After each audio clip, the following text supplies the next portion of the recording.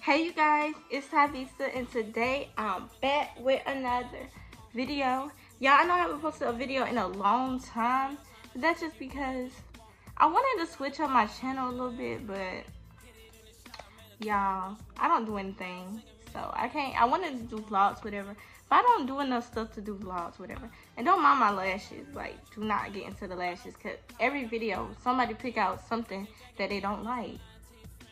But I don't care, but it's not relevant.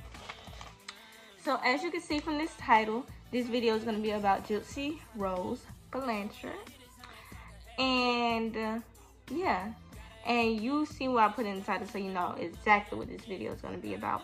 And disclaimer, before I get into this video, everything that I said in this video is alleged and it's my opinion. And yes, the disclaimer will be on the screen. So let's get into this video.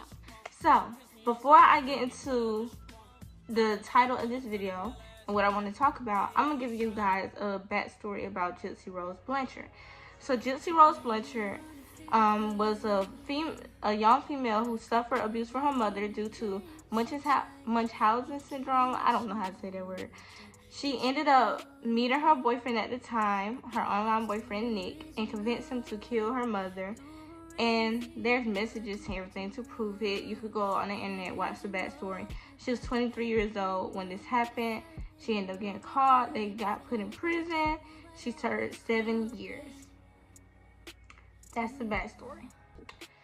So, and y'all, if y'all see that I'm constantly looking down, it's because I had to write this stuff down because, yes, I ain't gonna just remember everything I want to say off the top of my head, because when I do that, I be like. And I've seen that in my other video, that everybody could get mad that I said like a lot. And that's just how I speak. But I felt like me writing down what I wanted to talk about will probably help me eliminate saying like so much. So, while Gypsy was serving her time in jail, she ended up meeting a guy named Ken Urker. And they ended up getting engaged. And she took a picture with her and her cellmate or her friend that was in prison with her fiance as well. I don't know why they broke up. I don't know why they broke the engagement off or whatever. But all we know is they stopped being together. And then she ended up meeting Ryan. Ryan started writing her in prison and just relating to her, making her feel, you know, special, happy, you know, charmed her, I guess. And they ended up getting engaged and they ended up getting married. When Gypsy got out of prison, she came home to Ryan and they lived together in a 2-bedroom apartment. Gypsy started getting lonely, living in that 2-bedroom apartment while he was at work every day, and they ended up getting a puppy named Pitsy. While being with Ryan, Gypsy stated that Ken had reached out to her and really wanted to rekindle things, and she felt like he didn't have any respect for her relationship. So yeah. And that's how we're into this, how we are now. What the situation is going on now. So, I honestly feel like once Ken reached out to Gypsy, she just knew off the bat that she was going to go back with him. I think that she used Ryan to have somewhere to go when she got out of prison and to have support money, you know, like from him, basically from a dude. She didn't really want him. She just wanted what he could give her. And I feel like that started in prison and that followed when she got out of prison. And in my opinion, like I said, in my opinion, I honestly feel like she used him or whatever. And then when it was time for her to split up with him, she was waiting on Ken to connect with her or reach out to her or anything. And as soon as he did, she started making up lies saying, oh, she didn't want to be with him because he was hoarding food and that he reminded her of her mom. Now, when it comes to reminding her of her mom, there was a picture circulating where they said that Ryan looked just like her mother, Dee Dee Blanchard. And yeah, it was kind of spooky, because I'm like, okay, they do got some kind of similarities. But then you think about it, I don't know, it could just been like, oh, we trying to see something that's not there. But for you to say that you stopped dealing with him because of food hoarding and started making up lies, was ridiculous. You should have just told the truth. You did not want to be with him because Ken reached out to you, and you truly wanted Ken the whole time. You never wanted Ryan. You just settled. And you just knew that was somebody that you could use because he wanted a wife, he wanted a family, so you settled. So Gypsy ended up getting matching tattoos with Ken, like before the separation with Ryan was ever announced. And they ended up getting matching dog tattoos. And people were like, are y'all together? Are y'all in a relationship? She was like, no, we're just friends. There's nothing more. So we're all thinking that's weird, because why are you getting matching tattoos with a dude that you're just friends with? And why are you hanging out with your ex? So then they ended up getting together. And now I don't know how Ryan felt about the situation, because I don't be on TikTok, so I don't see his videos that he posts. But obviously we know that he felt some type of way, because you helped this female, you loved her, you cared for her, you accommodated her to make sure she felt happy, and she left you for a dude that she been wanting the whole time, and she showed you that she never wanted you, and she made up lies saying that you had a food hoarding problem, and so just to make you look like a bad person, because she knew that she was going to be looked that bad for leaving you for a dude that she knew she wanted the entire time. So Ryan ended up posting the dog Pitsy that they had together a lot. Like probably a lot of his TikTok videos, he had Pitsy in the video. And Gypsy, she's really sneaky. So she goes on people's videos, she'll comment, and then she'll hurry up and delete it. But this got caught before she could delete it.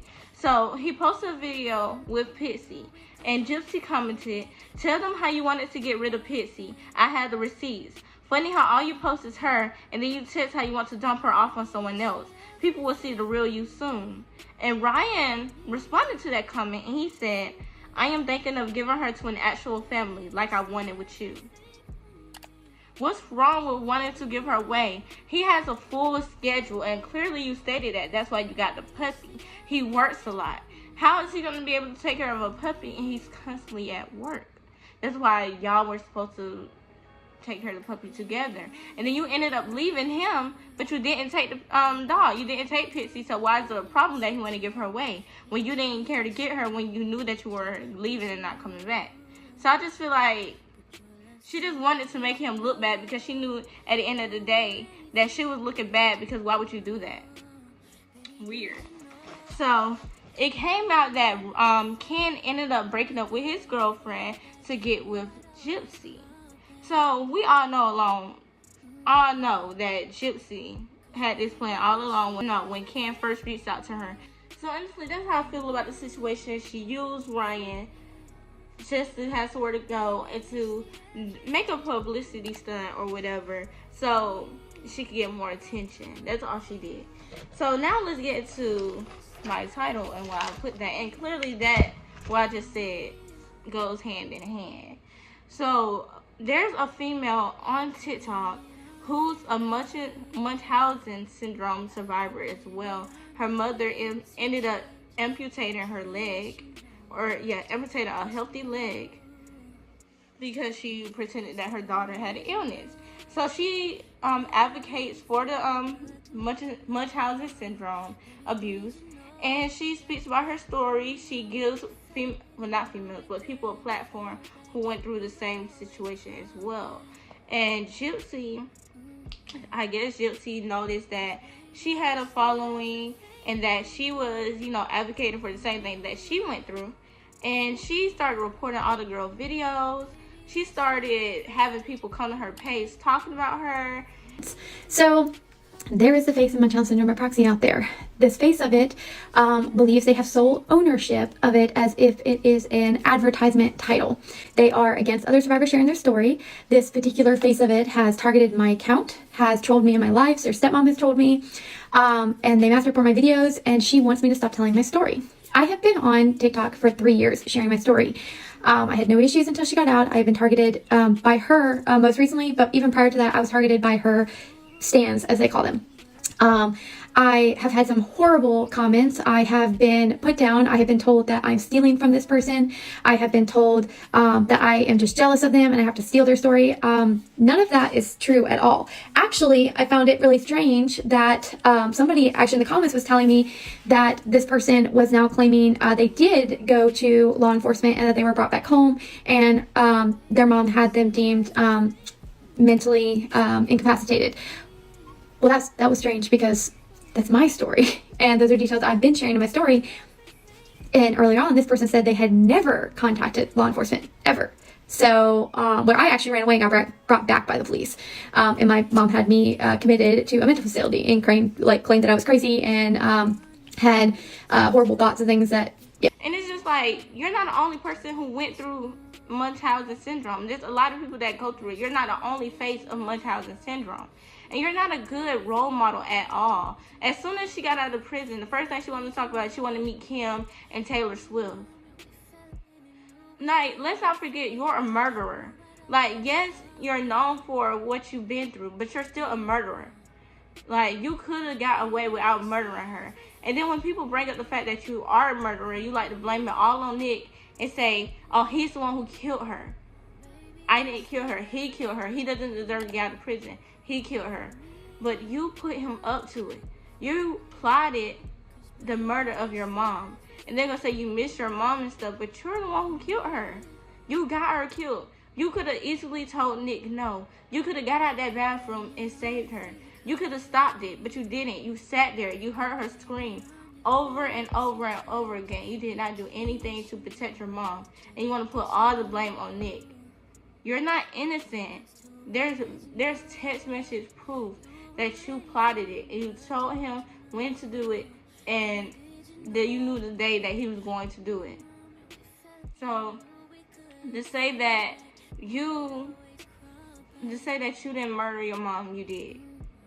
And it's weird because when Gypsy got out of prison, everybody was so happy that she was released. They were ready to see her life's journey. But Gypsy just wanted the fame. She was selling her pictures and videos to TMZ. I honestly feel like we give fame to the wrong people. Like, yes, congratulations that she's out of jail or prison.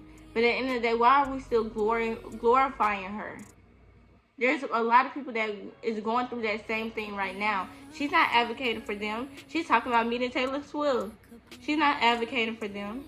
What's she doing to help out the people that's going through it as well? We don't even see her talking about it on her platforms. So what is she doing to help anybody out? Nothing. She just getting those jobs, boosting up her social media following. That's all she's doing. She's not doing anything that will help people out that's going through her situation at all. At all. Because when people was talking about Nick should get out of jail, he should. Like, he should be put in a mental institution or something, but he shouldn't be in prison. It's not helping him. And let's be completely honest, Gypsy knew that Nick wasn't all the way mentally there, and instead of her noticing that, she took advantage of it, and she ended up knowing, she knew that she could manipulate him into killing her mom. This is why she took advantage of it. And if you go through all the court stuff, and then you look at all the videos and all the evidence and everything, they will tell you that he wasn't mentally there. And she knew that completely. And that's why she put him up to it. But y'all, that's the end of this video. Please give this video a like, comment, subscribe. Make sure you tune in to more videos. And thank you guys for watching.